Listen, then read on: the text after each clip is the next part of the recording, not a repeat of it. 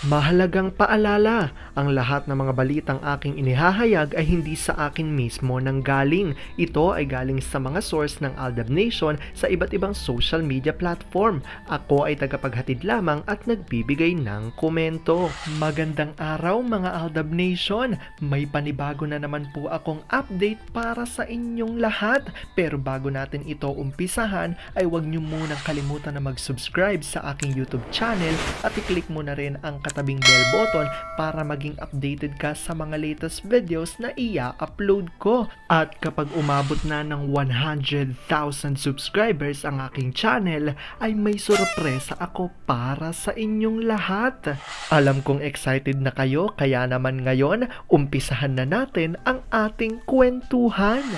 Ang pag-uusapan natin ngayong araw na ito kung saan ang tatlong itlog raw ay ilang beses nang nakita ang matured babies, ngunit bakit tila in denial pa rin daw ang mga ito sa di umano'y mga anak nina Alden at Meng. Ang tanong, anong klase raw mga ninong ito? At dahil sa kanilang ginagawa ayon sa mga Aldab Nation, ang karma ay tila nararamdaman na rawan ng mga ito.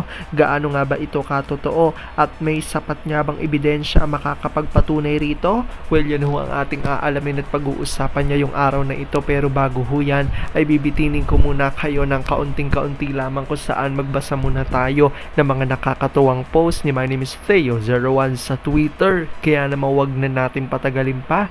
At sabi niya sa kanyang tweet, si Baby Cute kahit papano nakakaintindi na sa sitwasyon. Pag nakita niyang focus ang ina kay baby dahil masama ang pakiramdam, dahan-dahan na lang siyang aakyat ng kama at tahimik na tatabi sa ina. Pag nakaidlip na ang baby liit, sa kanya nahaharap ang mimi at paghahalikan na siya at aakapin. Yung isa nakikipaghabulan sa yaya. Nakikita mo talaga sa mga bata kung sino yung may strong personality. Si Baby Cute, mas pipiliin niyang magsumiksik sa ina, pero yung isa mas pipiliin nom na makipagkantahan o hindi kaya makipaghabulan sa mga yaya o kahit sino sa bahay.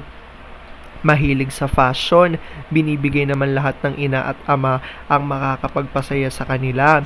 Hindi ko rin maintindihan minsan itong baby cute na to. Akala mo okay lang siya kasi wala namang reklamo, kaya kampante ang lahat na wala siyang sumpong. Magugulat ka na lang, lalapitan bigla ng ina sa kakakausapin at pakakainin. Ayaw-ayaw kunwari para pilitin. Ang nanay talaga ang totoong nakakaintindi sa nararamdaman ng anak. Alam kong tuwan-tuwa ako sa ating binasa, pero ngay pag-uusapan na natin ang ating main topic.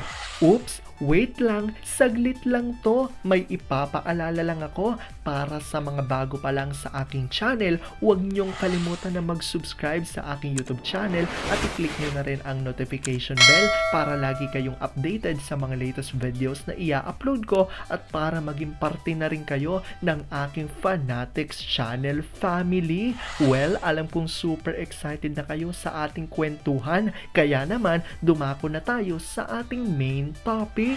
Gaano nga ba katotoo na ang tatlong itlog raw na ito ay ilang beses nang nakita ang matured babies, pero bakit hanggang ngayon ay in denial pa rin sila sa di umano'y mga anak ni na Alden at Meng? Ang tanong, anong klaseng mga ninong ito? At para sa mga Aldab Nation, dahil nga raw sa mga ginagawa ng tatlong ito, ang karma ay unti-unti na nilang nararamdaman. Gaano nga ba ito katotoo at may sapat nga bang ebidensya ang makakapagpatunay rito? Well, alam kong super excited na kayong malaman yan, kaya naman wag na natin patagalin pa. Unang-una na nga dyan galing sa tweet ni Vampire 2019 at sabi niya rito, alam naman nating lahat na ang daming bulok na itlog na nakabaul nitong 3 century eggs. Pero pag magsalita ang mga ito, akala mong mga santo. Itong si Lolo Nyakis, inaanak pa man din si Alden ng Junakis niyang may 25. Nakikita nila noon ang anak ni na Alden at Meng pag pumupunta sa APT building. Nakakatulog pa ba ang 3 rotten eggs sa ginagawa nila sa mag-asawa? Pinagpalit ang dignidad nila sa pera. Tandaan ng mga gurang na to, 10 times ang karma na babalik sa kanila. Mga iika-ika na, pero kasamaan pa din ang nasa kokote. Akala namang kumikita ng malaki ang show nila, sa Pride na lang sila kumakapit. Si Pink Elephant umaasa na tangkilikin ang pelikula niyang darating. Tandaan niya, noong 2019 kasama pa at si Meng pero pang-apat lang sila sa takilya at nalugi pa. Ngayon, kaya kahit kilala ang pambato niya pero walang binatbat pagdating sa takilya. Survive the confusion pa more, nakabaro na ni baklang o black.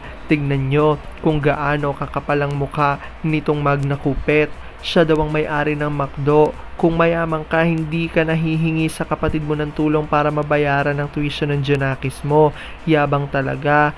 IS cannot afford din pala. Kung mayaman ka, bakit until now sumasali ka pa rin sa ZGOC? Pambili ng gamot ni Palito Jr.? Kalbong bakla na nababalot na mga peki ang parte ng katawan. Ang kapal talaga ng pagmumukha mo. Ilang milyon bang binayad ng mga tubero at ex-network sa'yo para hindi ka makapalag sa ZGOC? Yung pinakasipsip mong kapitan natalo sa nakaraang eleksyon. Umpisa pa lang yan ng kamalasan mo. Saan kaya kinuhang kaban ang 1M na binigay doon? At sabi naman ni Gabriela Sayagaya, noon pa, alam ng tatlong itlog na mag-asawa sina RJ at Meng na may mga anak. Ang maniwala sa kasinungalingan nila ay mga bayaran. Ayan nga ang paninindigan ng mga Aldab Nation kung saan naniniwala nga sila na ang tatlong araw na ito ay ilang beses nang nakikita ang di umano'y mga anak ng Maychard at alam niya ang tungkol sa Maychard dahil ninong araw ang mga ito ng Maychard, ngunit sila ay in denial dahil kasali nga daw ito sa di umano'y zarzuela. Kaya naman para sa mga Aldab Nation, tila kinakaarma na raw ang mga ito. Alam kong dahil dito marami sa inyo mas lalo ngayong kumakapit at naninindigan na Aldab Maychard is real. Pero sabi nga natin na kahit na ano pa man na magdesisyon ni na Alden at May sa kanilang buhay, karera at buhay pag-ibig, ay kailangan natin silang suportahan, kailangan natin itong tanggapin ng buong buo dahil yun ang kanilang deserve. At yan ako ang aking update for today's video.